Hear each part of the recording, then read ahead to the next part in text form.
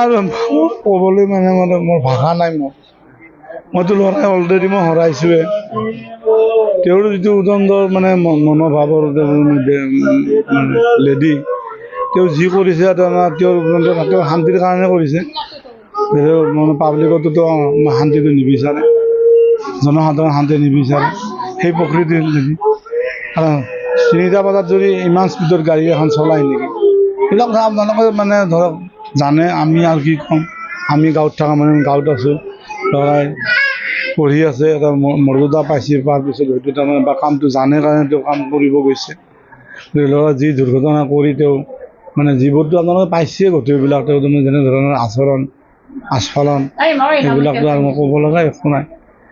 এতিয়া আচলতে ক'ব লগা একোৱে নাই, কাৰণ মোৰ যিহেতু মোৰ এতিয়া জাগা নাই। কাৰণ মোৰ ল'ৰা মোৰ মাজৰ পৰা মোৰ পৰা গুচি গ'ল, মোৰ পৰিয়ালৰ পৰা গুচি গ'ল। কিমান দুখিত হৈ আছোঁ আমি জানো। আমাক গতিকে আমি আৰু মানে ন্যায়টো বিচাৰিছোঁ, ন্যায় লাগে। গতিকে অকণমান দুখ পালে যে মানুহ মৃত্যু হয় নেকি? চেলেঞ্জ কৰিছেতো GM-CHতো তেওঁ সোধক, GM-CHতো কি মানে কিমানখন ঠেং ভাঙিছে, ক'ত খুন্দা খাইছে, সেইটোতো GM-CHতো ৰিপৰ্ট আছে, মানে এপ'লতো ৰিপৰ্ট আছে। এইবিলাক কি মানে মানুহজন মৰিব ইচ্ছা কৰিছে নেকি ক'ৰবাত, মানে তেনেকুৱা কথা নেকি? গতিকে এইটো ৰাইজে জানে। আৰু মই এটা ভাল পাইছোঁ, সংবাদ মাধ্যম আৰু জাতীয় অনুষ্ঠান প্ৰতিষ্ঠান সকলোৱে তাৰমানে কালি এপ'লত আহি মানে মোৰ বাবাৰ খবৰ লৈছে। মইতো ইমান বুলি নাজানোৱে। মই ভাবি আছোঁ মোৰ দেউতাই ৰেষ্টত থাকিলে ভাল হৈ যাব। মোক কৈছে যে তোমাৰ হাত দুখন যদি ঠেং দুখন যদিও ভাঙিছে, এখন ঠেং দুই ঠাইত ভাঙিছে, এখন ঠেং এক ঠাইত ভাঙিছে, আৰু হাতখন ভাঙিছে, ইয়াৰ পৰা ওলাই গৈছে। কিছুমান এইবিলাক কথা ধৰক মানে মই সংবাদ মাধ্যমৰ পৰাহে গম পাইছোঁ। মই এইটো মানে জানিছোঁ আৰু মই জানি আছোঁ, কিন্তু ইমান যে চিৰিয়াছ কথাটো তাৰমানে ধৰক ডক্টৰে মানে মানুহৰ ডক্টৰৰ পৰা খবৰবিলাক পাইছে যে ল'ৰাটো চিৰিয়াছ, হয়তো তেনেকৈ মানুহবিলাক মানে গোটেই মানে মানুহবিলাক খবৰ ল'ব আহিছে। গতিকে মই কালিওতো মই আশাত আছোঁ মোৰ বাবা মোৰ ভাল হ'ব মোৰ, কিন্তু যেতিয়া মোক 4টা বজাত মোক মাতিছে, দেউতা হৈছে মোৰ আত্মীয় গোটেইখিনি চেলেঞ্জ কৰি আছিল আৰু যোগাযোগ কৰি আছে, লাগি আছে। কিন্তু যেতিয়া মোক দেউতাকক মাতিছে, তেতিয়া মই হতাশ হৈ গৈছোঁ। মই যাই মোক ডাক্তৰে কৈছে যে আপোনাৰ ল'ৰা হয়তো নাবাচিব, চৰি বুলি কৈছে। এতিয়া মই বুজি পাইছোঁ মোৰ বাবা আৰু এই দুনীয়াত নাই। গতিকে মই ন্যায়ৰ বাহিৰে আৰু মানে কিনো বিচাৰিম। আমিতো ইমান পাৱাৰফুল মানুহ নহয় যে আমাৰ মানে মুখ্যমন্ত্ৰী আমাক মানে ধৰি লওক, আমি মুখ্যমন্ত্ৰী আহ্বানহে কৰিছোঁ। তেওঁতো মোৰ আত্মীয় নহয়, তেওঁতো মোৰ কাৰণে কিবা কৰিব, মই আশা কৰিছোঁ তেওঁ কৰিব বুলি। মানে মই এইখিনিয়ে বিচাৰিছোঁ। আৰু উচিত শিক্ষাটো তেওঁ পাব লাগে, উচিত তদন্ত হওক। এটা কথা প্ৰশ্ন উত্থাপ ওলাইছে, যিদিনা মানে এক্সিডেণ্টটো হৈছিল, সেইদিনা যিগৰাকী আৰক্ষীক ফোন কৰা বুলি নিজে কৈছিল, আৰক্ষীগৰাকীয়ে স্বাস্থ্য পৰীক্ষা কৰাৰ বিপৰীতে ঘৰলৈ যাবলৈ দিছিল। এই ক্ষেত্ৰত কি বুলি ক'ব? এইটোতো আৰু মানে এইটো গাফিলতি বুলি ক'ব লাগিব। এইটো আৰক্ষীৰ গাফিলতি। আৰু এইবোৰ কথাটো মই হয়তো মানে মই গাঁৱত আছোঁ, মই গাঁৱৰ পৰা মই গৈছোঁ।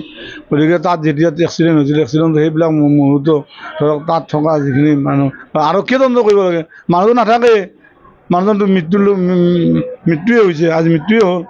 হয়তো সিদিনাখন মৃত্যু হোৱা নাই যদিও মৃত্যুত কৰি বেছি তাৰমানে ইনজৰ হৈছে। যিজন ল'ৰাক মানে খুন্দি আছে, আপোনাৰ ঘৰত মানে বেলেগকৈ খুন্দি আছে, তেওঁৰ কথাটো এনেকুৱা আছিল, ল'ৰাজনতকৈ তেওঁৰ গাড়ীখনত মানে গোটেই বস্তু বেছি আছিল তাৰমানে। এইবিলাক মানুহৰ কথাবিলাক এনেকুৱাই, মানে মানৱতাটো নাই। আমি গৰীববিলাকৰ মানে ধৰক মানে বনোৱাবিলাকৰ দাম নাই। তেওঁবিলাকৰে তাৰমানে দাম, তেওঁবিলাকৰে গাড়ী, তেওঁবিলাকৰে তাৰমানে ঘোঁৰা। গতিকে মই ন্যায় বিচাৰিছোঁ।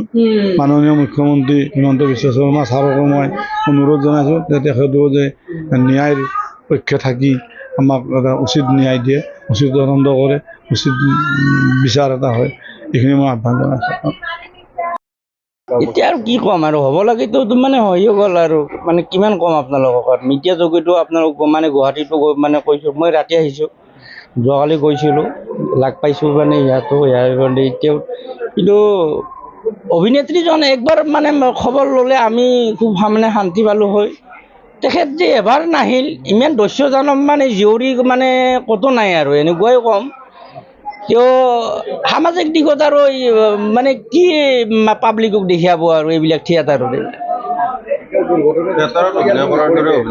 মানে থিয়েটাৰৰ আখৰা কি অঁ আশাৰৰ পৰা আহি থাকোঁতে তাই ড্ৰিংক কৰি আহিছে আহি কিনে মোৰ ভতিজাক এক্সিডেণ্ট কৰিছে তাৰপিছত প্ৰশাসন আহিছে তেওঁ নামি আহি প্ৰশাসনক দম দি প্ৰশাসনক মাতিছে আমাৰ ল'ৰাক দম দিছে ধৰিছে দম দি প্ৰশাসনে আমাৰ ইয়াক মেডিকেল পঠাই দিলে প্ৰশাসনে তেওঁক কিয় মেডিকেলত লৈ যোৱা নাই তেওঁক যাবলৈ কিয় দিলে তেওঁতো আগত তোমাৰ কিবা অলপ হ'ব পাৰে তেওঁ মেডিকেল নাই কৰা কিন্তু আমাৰ ভাইটিজনক মেডিকেল পঠাই দিছে তেওঁ ধুনীয়াকৈ ঘৰতে শুই আছে যে এতিয়ালৈকে মানে মানে মানে খবৰ ওলোৱা নাই মানে সন্ধিয়া আৰু মানে আখৰৰ পৰা আহি আছে আহি থকাতে মানে শৰাইঘাটে ব্ৰিজত মানে তেওঁক আটক হৈছে এনেকুৱা মৃত্যু হোৱাৰ পিছত আটক হৈছে তাৰপিছত মোবাইল ছুইচ অফ কৰিছে নেক্সট তাৰপিছত এনেকুৱা MLA হে মানে মন্ত্ৰীহে তেওঁক মানে ভিডিঅ' কৰি ধুনীয়াকৈ লৈ গৈছে কিয় তেওঁ এটা মানে হত্যা কৰিছে হত্যা কৰাৰ পিছত হেণ্ডকাপ লাগে কিয় নিয়া নাই আৰক্ষী প্ৰধান আৰক্ষীক মই এইটো প্ৰথম প্ৰশ্ন তেখেত মেনেজ হৈছে নেকি আৰু তেওঁৰ 4-5টা কেছ মানে মই থকা বুলি নিজতে পাইছোঁ যে তেওঁ মদ খাই সুৰাপান কৰি মানে তেওঁৰ হেৰি আছে ৰেকৰ্ড পঢ়ি আছে তেনেস্থলত আৰক্ষী নিশ্চয় হাতত আছে আৰু আজিকালি টকা পইচা থাকিলে চব পায়তো মানুহ জুতো কিনিব নাপায় টকা পইচা থাকিলে চব পায় এইখিনিয়ে কৈছোঁ আৰু মই আৰু এটা প্ৰশ্ন হ'ব আমি সততে GMC অসমৰ এখন মানে ভাল চিকিৎসালয় বা ভাল চিকিৎসা মেডিকেল কলেজ বুলি আমি জানো তাৰমানে তাৰ বিপৰীতে ব্যক্তিগত চিকিৎসালয় কি কাৰণে স্থানান্তৰ কৰিলে স্বাস্থ্য ক্ষেত্ৰত কি ক'ব স্বাস্থ্যৰ অৱনতি ঘটিছে তেওঁৰ যিটো আমাৰ তাতে আমি চিকিৎসাটো ইমান আমাৰ ধীৰ স্থিৰ লাহে লাহে হৈ আছিলোঁ তাৰপিছত আমি এপলত নিয়াৰ আমি যোগাযোগ কৰি এপলত লৈ গৈছোঁ বিভিন্ন ধৰণে মানে আপোনাৰ স্বাস্থ্যমন্ত্ৰীয়ে মানে অজস্ৰ মেডিকেল কলেজ স্থাপন কৰিছে অজস্ৰ মানে ডক্টৰ সৃষ্টি কৰে তাৰপিছতো আপোনালোকক ব্যক্তিগত চিকিৎসা কি কাৰণে স্থানান্তৰ কৰিব কিবা ক'ব নেকি বুজা নাই ট্ৰিটমেণ্ট নাপালে আৰু স্বাস্থ্যৰ অৱনতি ঘটাৰ কাৰণে এতিয়া GMC আপোনালোকে জানে কামবিলাক শ্ল'ই হয় গতিকে ইয়াত ৰাখিলেতো এনে নহ'ব গতিকে আমি উচ্চ চিকিৎসা নিয়াৰ কাৰণে আমি নিজে যোগাযোগ কৰিছোঁ চৰকাৰী চিকিৎসালয় নামতে আছে নামত আছে কিন্তু কামত পোৱা নাই আমি যদি ভাল প্ৰাইভেট মেডিকেলত যদি আজি যদি প্ৰথমে নিলোঁ হয় আমি চাগে আজি এনেকুৱা দৃশ্য আপোনালোকে আহিবই নালাগিলে হয় দিছপুৰ আৰক্ষী থানা যেতিয়া কৰায়ত্ব কৰিল গাড়ীখন তাৰপিছতহে নন্দিনীৰ দেউতাক খবৰ ল'ব আহিছে এনে 3-4 দিন কোনো খবৰ ল'ব অহা নাই আৰু বেলেগ ড্ৰাইভাৰৰ ক্ষেত্ৰত যি প্ৰযোজ্য হয় এজন অভিনেত্ৰীৰ ক্ষেত্ৰতে সেনেকুৱা প্ৰযোজ্য হ'ব লাগে যেনেকৈ বেলেগ ড্ৰাইভাৰ এজনে এক্সিডেণ্ট কৰিলে লগ ইমিডিয়েট হেণ্ডকাপ লগাই নন্দিনী কাশ্যপক MVI কৰি পঠাই দিছে তেওঁ থিয়েটাৰৰ আখৰা গৃহত আখৰা চলাই আছে এজন ল'ৰা ঢুকাই গৈছে ঢুকাই যোৱাৰ পিছত তেখেতক এৰেষ্ট কৰিছে সেইটো শীৰ্ষ পৰ্যায়ৰ আৰক্ষী বিষয়া জড়িত থকা বুলি আমাৰ সন্দেহ উপজে এইখিনিয়ে ক'ব লগা সংঘটিত হৈছিল যিদিনা সেইদিনা তেওঁ স্বাস্থ্য পৰীক্ষা কৰাৰ বিপৰীতে কোনোবা এজন আৰক্ষীয়ে তেওঁক ঘৰলৈ যাবলৈ দিলে তেখেতক আৰক্ষীয়ে ঘৰলৈ যাবলৈ দিলে আমাৰ পেচেণ্টজনক মেডিকেলত পঠাই দিলে এজন অভিনেত্ৰী হিচাপে তেখেতে যি ড্ৰাইভাৰবিলাকত যি প্ৰযোজ্য হ'ব লাগে এজন অভিনেত্ৰীকো সেনেকৈ সেইদিনা স্বাস্থ্য পৰীক্ষা কৰিলে তেখেতে ড্ৰিংক কৰিছে নে কি কৰিছে গোটেই গম পোৱা যায় এতিয়া 3 দিন পিছত তেখেতক স্বাস্থ্য পৰীক্ষা কৰিলে কি ওলাব সেইটো শীৰ্ষ আৰক্ষী বিষয়া তেখেতৰ লগত জড়িত আছে নহ'লে এনেকৈ যাব নোৱাৰে নহয় এতিয়া যিজন অভিনেত্ৰীয়ে সংবাদ মাধ্যমৰ আগত কৈছে অলপমান দুখ পোৱা বুলি আজি কেনেকৈ মৃত্যুমুখত পৰিল স্বামীলোকে মৃত্যুমুখত পৰাৰ পিছত আখৰা গৃহৰ পৰা যেতিয়া ওলাইছে নন্দিনী কাশ্যপে তেতিয়া শৰাইঘাট ব্ৰিজৰ ওচৰত নন্দিনী কাশ্যপক এৰেষ্ট কৰিছে এই 3-4 দিন কিয় এৰেষ্ট কৰা হোৱা নাছিল মৃত্যুৰ পিছত এৰেষ্ট হয় নেকি সংবাদ মাধ্যমত এনেকুৱা ধৰণৰ ওলাইছে তেওঁ মানে আত্মসমৰ্পণ কৰিব মানে আহি থাকোঁতে মানে আৰক্ষীয়ে নাটকীয়ভাৱে তেওঁক মানে সেইটোৱে হৈছে মোবাইল ছুইচ অফ কৰিছে সেইটোৱে হৈছে মৃত্যুৰ পিছতহে আৰক্ষীৰ গা লৰিছে আৰু ঘৰৰ পৰিয়ালে যেতিয়া দিছপুৰ আৰক্ষীয়ে গাড়ীখন আটক কৰিল তাৰ পিছতহে পৰিয়ালৰ মানুহে এপ'লো হস্পিটেলক আহিছে সেইখিনিয়ে কি আহ্বান জনাব? আমি চৰকাৰক আহ্বান জনাম যে বেলেগ ড্ৰাইভাৰবিলাকৰ যেনেকৈ উচিত শাস্তি হয়, যি হিট এণ্ড ৰাণৰ শাস্তি হয়, তেখেতে অভিনেত্ৰী হিচাপে হাৰি যাব নালাগে, তেখেতৰো শাস্তি হ'ব লাগে। এইখিনি চৰকাৰৰ ওচৰত আমাৰ কামনা। ই বহুত ভাল ল'ৰা আছিলে আৰু মোৰ লগত বেছি প্ৰিয় আছিলে ক্লাছত। ফাৰ্ষ্ট ছেমৰ পৰা ফ'ৰ্থ ছেমলৈকে তাই মোৰ লগতে বহিছিলে ক্লাছত আৰু মোৰ লেফ্ট ছাইড বা ৰাইট ছাইডে, মই মাজত বহিছিলোঁ, কেতিয়াবা লেফ্ট ছাইডে ই বহিছিলে, কেতিয়াবা ৰাইট ছাইডে বহিছিলে। একেলগে বহি মানে মই এতিয়া কি ক'ম কি নকওঁ এনেকুৱা অৱস্থা হৈছোঁ। মই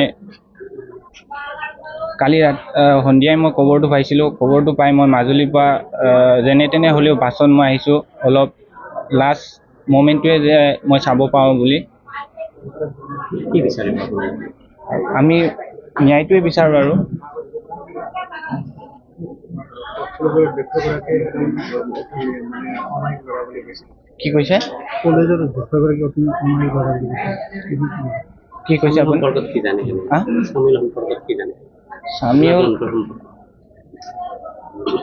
একচুৱেলি বুজি পোৱা নাই আপোনাক। বন্ধু বুলি ক'লেতো বহুত ভাল আছিলে, কাৰো লগত কাজিয়া কৰা নাছিলে। ফাৰ্ষ্ট ছেমৰ পৰা ফ'ৰ্থ ছেমলৈকে কাৰো লগত কাকো মানে বেয়াকৈ কৈ পোৱা নাই, এনেধৰণৰ এজন ছাত্ৰ আছিলে তেওঁ। আৰু চেমিষ্টাৰত পঢ়ি আছিল। ফ'ৰ্থ ছেমিষ্টাৰত পঢ়ি আছিলে, এতিয়া ফিফ্থ ছেমিষ্টাৰ মানে fourth semester finally fifth semester পালে হয় আৰু। সতীৰ্থ হিচাপে তেওঁক মানে কেনেকুৱা ধৰণে ন্যায় পোৱাটো বিচাৰে? তেওঁ য'তে আছে ভালকৈ থাকক সেইটোৱে বিচাৰোঁ আৰু দোষী যাতে শাস্তি পায় সেইটোৱে বিচাৰোঁ। দিব লাগে আৰু বহুত কষ্ট হৈছিল। অভিনেত্ৰীটো আজি 5 দিন ধৰি মুকলি আকাশৰ তলতে আছে। তাৰ মৃত্যু হোৱাৰ পিছতে এৰেষ্ট কৰিলে তাক। সামান্য নহয়, দেউতা ভৰি ভাঙিছে, তাৰ পিঠিৰ হাড় ভাঙিছে, কঁকাল ভাঙিছে, মূৰত আঘাত পাইছে, হাত এটা ভাঙি গৈছে। প্ৰায় 2:30-3টামান বজাত হৈছে। আজিনে একো ভূমিকাই লোৱা নাই না, কালি মৃত্যু হোৱাৰ পিছতহে তাক এৰেষ্ট কৰিছে। গম নাপাওঁ। সেইখিনি সময়ত আমি ডিৰেক্টৰক লগত ধৰিবলৈ গৈছিলোঁ ছাত্ৰ সন্থাৰ ফালৰ পৰা।